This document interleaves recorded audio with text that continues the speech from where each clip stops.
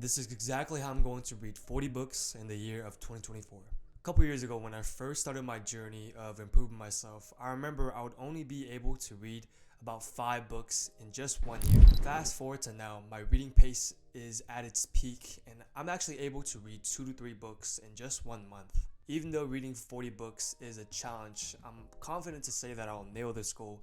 And if you're somebody who's aiming to read 10, 20, 30, 50, or even 100 books by the end of next year, these are some tips that have skyrocketed my reading pace. In the end of this video, I'll be sharing with you a Notion template where you can track progress of your journey and take notes on every single book you read. The first step that I would take is to use a Kindle. A couple of years ago, I was literally struggling to finish one book in 3 months. I went from being able to finish only one book in 3 months to being able to finish one book in 1 month with ease. This means I gained 3 times the speed from just buying the Kindle. Now, why did this happen? This happened because it reduced all friction for me to pick up that book and start reading. When you own a physical book, you have to have good lighting. In order for you to read the book, you have to be in a good position. And when you go on trips, you can't bring 5 books in one bag. So the friction is high. While the friction gets low when you buy a Kindle, when you buy some type of electronic device, which in this case, Kindle is so useful. And the friction drops to this low, where you're now able to bring 5 books in one trip. You don't have to have the best lighting. You could be in a bad position. You could be anywhere and you could be reading any type of book. You can buy any version of the Kindle. I own a Kindle Paperwhite that I bought for under $100 and it's 100% worth the investment. Buy it. Another thing that I did to make a huge difference in my reading game was changing my mindset. During the same time where I was reading only 5 books in 1 year, I viewed reading as a heavily active task where it requires a lot of focus. But now I realize it's kind of the opposite. It's more of a passive activity which doesn't require too much focus. When writing, planning, or creating something requires creativity, reading does not. Reading is just you reading some information, consuming, indulging in the information in front of you, which doesn't require as much as creativity or as much as focus as it does on a creative task. So I started to view reading as a more passive activity, and that's where it all changed. So what I did and what I do and what I plan to do more is to read whenever I have downtime. That means between my deep work sessions, after I finished a hard task, after I filmed a video. All of these tasks require some type of focus and 100% more focus than reading, which is why I plan to recover by reading, because it's a passive activity. All of these tasks require focus, and that is why I want to recover by reading. My third piece of advice is to read before bed. I remember a couple years back, I would never block out time to read, so I'll be reading like 2 pages every single day. Now, I block out 20 to 30 minutes before bed to just read, where I knock down 10, 15, 20 pages at a time. And not only doing this gives me the benefit of reading more pages, but it also plays a key role in my sleep. I really started this habit from a famous neuroscientist, Andrew Huberman, by following his secret routine for 7 days. And I went from falling asleep in over 40 minutes to falling asleep in under 20 minutes. For those of you who have trouble falling asleep or who have insomnia, this is some crazy progress right here. If you're really curious how this went, I have a link down below of my video where I followed his entire routine of his 10 tools. Because it's so easy to block out the time before bed, you should always be doing this and add this to your routine. It just becomes something that you look forward to. We live in a pretty busy world. We are always planning. We are always in a mode of worrying, anxiety, and stuff. And for me, it put me in a state of wanting to read. At the start of the day when I woke up, I was actually looking forward to read before bed. I remember one time I was reading a book called Never Finished by David Goggins, and I was so excited that one time I read for an hour at a time, and I usually don't do that. So what it did for me was it really just engaged me to read more, to have the desire, and to, again, decrease the amount of friction. Another thing that really changed my game was to stop taking notes.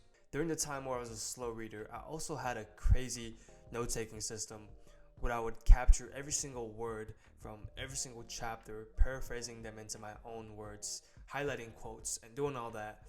But forgetting to write the actionable steps, forgetting to put the most important part of the books. Fast forward to now, I take zero notes during the time of my reading, but instead what I do is after I finish my book, I try to search up a summary of the book online, and literally what I do is I copy and paste that into my Notion template of the book. If the book is really, really, really valuable, that's where I would actually incorporate my own notes, my own knowledge. And I only did this for a few books, like Deep Work by Cal Newport, So Good They Can't Ignore You by Cal Newport, How to Win Friends and Influence People by Dale Carnegie, and there's only a few more that I actually did this. So really you may seem so productive by taking all the notes possible for your book, but what you're actually doing is you're slowing down your pace and you're increasing the friction so high that it's so hard for you to pick up the book anymore, which is basically what happens. And people may say quantity over quality, where you are taking notes on the most important stuff, getting all you can to retain all the information.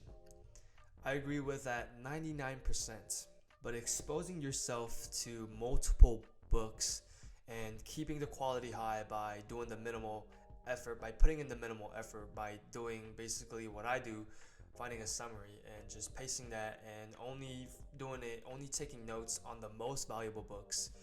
By doing that, you are keeping the friction low, you're keeping your reading pace high, you're keeping your motivation drive high so that you could stay in the long term.